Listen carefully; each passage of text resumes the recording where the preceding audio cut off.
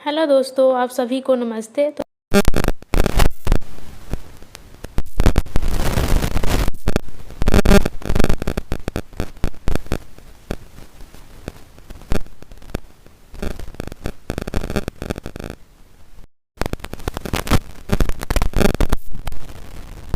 Please video अगर अच्छी लगे तो प्लीज़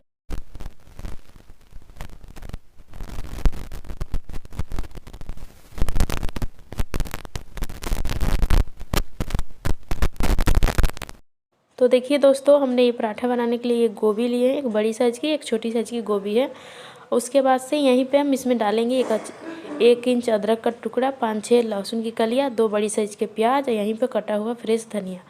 बस इन्हीं सब चीज़ों से बनाएंगे और मसाले हम डालने समय बताएंगे क्या क्या मसाले क्यों यूज किए हैं।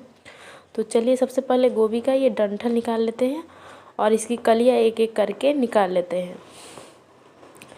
चलिए आप चाहे तो इसे इस तरफ ही घिस लेंगे, बट हम इसका कली निकाल के घिसेंगे, नहीं तो इसमें कीड़े का अंदर डर रहता है। तो चलिए इसे भी काट लेते हैं और उसके बाद से अपने सारे गोभी को इसमें गर्म पानी में डाल के इसे अच्छे से धो लेंगे ताकि जो कीड़े उड़े हो वो निकल जाए। तो इसे देखिए अच्छे से धो लिए। उसके बाद से हम इसका पानी इस तरह से झाड़ झाड़ के निकाल लेंगे। तो चलिए निकाल लेते हैं। तो आप देख सकते हैं दोस्तों, ये कद्दूकस लेंगे, जो बारीक वाला जो ये कद्दूकस है उसी के तरफ से हम इसे इस तरह से कद्दूकस करेंगे, मोटे वाले के तरफ से नहीं करेंगे क्योंकि हमें बारीक कद्दूकस करना है। तो चलिए हम एक एक कलियाँ उठा के और पूरे गोभी को हम कद्दूकस कर लेते हैं अच्छे से। कद्दूकस करते समय ध्यान रखिए आपकी उंगलियां ना घिस जाए उसमें, तो ध्यान से आप कद्दूकस कीजिए। देखिए इस तरह से हम सारे गोभी को कद्दूकस कर लेते हैं। दोस्तों हमने सारे गोभी कद्दूकस कर लिए। उसके बाद से हम अपने प्याज, लहसुन, अदरक सबको बारीक कट करेंगे। देखिए लहसुन को बारीक कट कर लेते हैं, उसके बाद से प्याज को भी बारीक कट कर लेते हैं और जो हमारे अदरक है उसे हम कद्दूकस कर लेंगे। तो चलिए इन सारी चीज़ों को कट कर लेते हैं। देखिए दोस्तों, ये हम मसाले लिए हैं। तो देखिए यहाँ पर हमने काली मिर्च, 5-6 काली मिर्च और जीरा दोनों को कूट लिए हैं यहाँ पे। और उसके बाद से ये स्वाद अनुसार लाल मिर्च पाउडर है, ये धनिया, और ये आमचूर पाउडर है, और ये कसूरी मेथी। बस ये इसी सब मसाले डालेंगे। और उसके बाद से देखिए हम इसका पानी निचोड़ेंगे। जो गोभी है इसका पानी अच्छे से दबा दबा के इसका पानी निचोड़ लेंगे। देखिए इस तरह से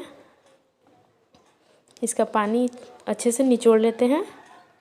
तो आप देख सकते हैं दोस्तों, हमने सारे गोभी का पानी निचोड़ लिए हैं। अब यहीं पे अपने प्याज, लहसुन, अदरक सबको एक साथ मिक्स करेंगे और उसके बाद से अपने पूरे मसाले को इसमें मिक्स कर देंगे। धनिया पत्ता भी डाल देंगे। सारे चीज़ों को हम मिक्स कर लेंगे। थोड़ी सी हम हल्दी पाउडर लेंगे, 1 से 1.5 चम्मच हल्दी पाउडर लेंगे। और नमक हम अभी नहीं डालेंगे इसमें, नहीं तो पानी छोड़ देगा। तो चलिए सारी चीज़ों को हम अच्छे से मिक्स कर लेते हैं। देखिए इस तरह से।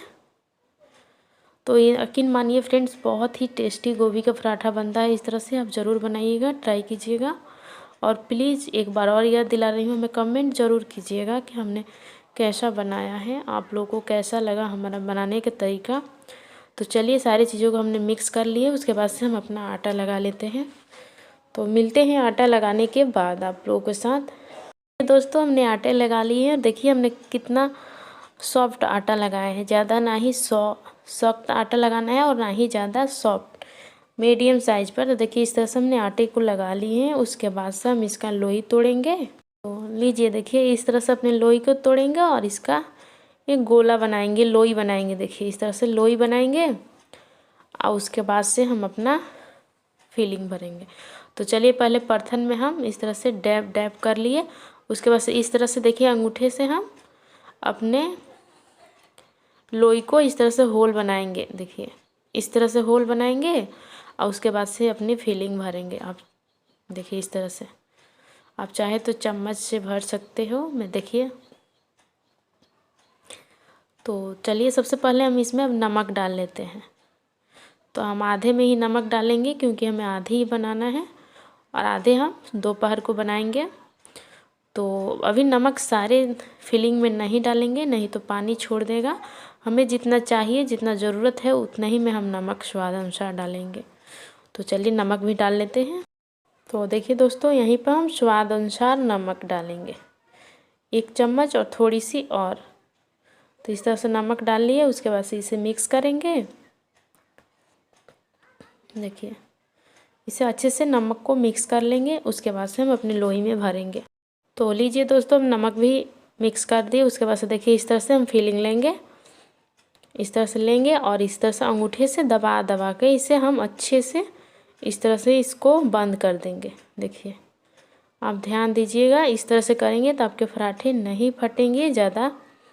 और इस तरह से करके थोड़ी सी हम इस कट कर लेंगे और इसे गोल करके दबा देंगे।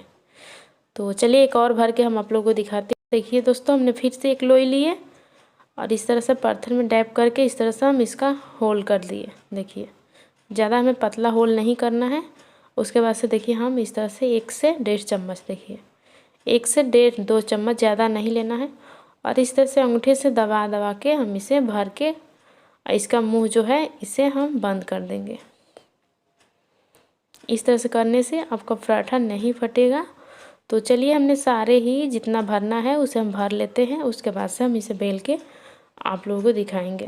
देख सकते हैं दोस्तों, हमने सारी लोई में फिलिंग भर दी है। उसके बाद से हम इसे बेलेंगे। देख सकते हैं दोस्तों, हमने एक लोई लेंगे, इसे आटे में डैप करेंगे और इस तरह से हम इसे दबाएंगे। देखिए इस तरह से अपने हाथों से इसे दबाएंगे ताकि चारों तरफ इसका फिलिंग चला जाए। देखिए इस तरह से दबा लिए। उसके बाद से हल्के हल्के हाथों से हम बेलन चलाएंगे। देखिए हल्के हल्के हाथों से हम इस तरह से बेलन चलाएंगे। देखिए इसी तरह से आप भी बेलन चलाइएगा, आपका पराठा ज़्यादा नहीं फटेगा। देखिए बस हमें इतना ही चाहिए। उसके बाद से हम इसे गरम तवे पर डाल देंगे। देखिए हमारा तवा गरम हो चुका है, अब इसी पर हम इसे डाल देंगे। तो देखिए दोस्तों, हम एक और बेल के दिखा रहे हैं, तब तक तवा हमारे तवे पर सीख रहा है। इसी तरह से देखिए हम लोई लेंगे, बर्तन में डैप करेंगे और इस तरह से दबा के उसे थोड़ा बड़ा करेंगे। उसके बाद से इस तरह से हम बेलन को चलाएंगे। हमें लगातार बेलन नहीं चलाना है आगे पीछे, नहीं तो आपके पराठा फट सकता है। देखिए इस तरह से हमें बेलना है। तो चलिए हम अपने पराठे को देखते हैं। तो एक तरफ हो गया, अब इसमें हम ऑयल या आप घी कुछ भी यूज कर सकते हैं। देखिए इस तरह से हम लगाएंगे इस पर ऑयल और नीचे से इस तरह से हम डालेंगे और इसे मीडियम टू हाई फ्लेम पर इसे सेकेंगे। ज़्यादा हमें गैस को फ्लेम को ज़्यादा तेज़ भी नहीं रखना है और कम भी नहीं रखना है।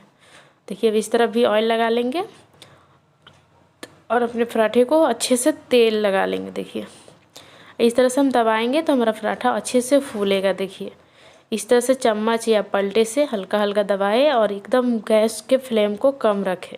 इस स्टेज पे एकदम कम रखिए ताकि आपका पराठा जल ना जाए। और देखिए इस तरह से हमारा पराठा फूल जाएगा। तो चलिए इसी तरह से हम अपने सारे पराठे को सेक लेते हैं। देखिए दोस्तों, हम इसी तरह से सारे पराठे बना लिए हैं और बचा भी नहीं है कि आप लोगों को दिखाऊं, क्योंकि सारे लोग बैठे हैं खाने के लिए। तो एक एक बन रहा है और सब लोग खा रहे हैं। तो इसी तरह से हमारी फूली फूली पराठे बन के सब हुई है रेडी। तो आप भी खाइए धनिया की चटनी के साथ या टमाटर की चटनी के साथ, बहुत ही टेस्टी लगेगा। और हमें कमेंट करके बताइए कि हमारा बनाने का तरीका और कैसा लगा। तब तक के लिए चलिए बाय बाय फ्रेंड्स, मिलते हैं दूसरे रेसिपी की तरफ।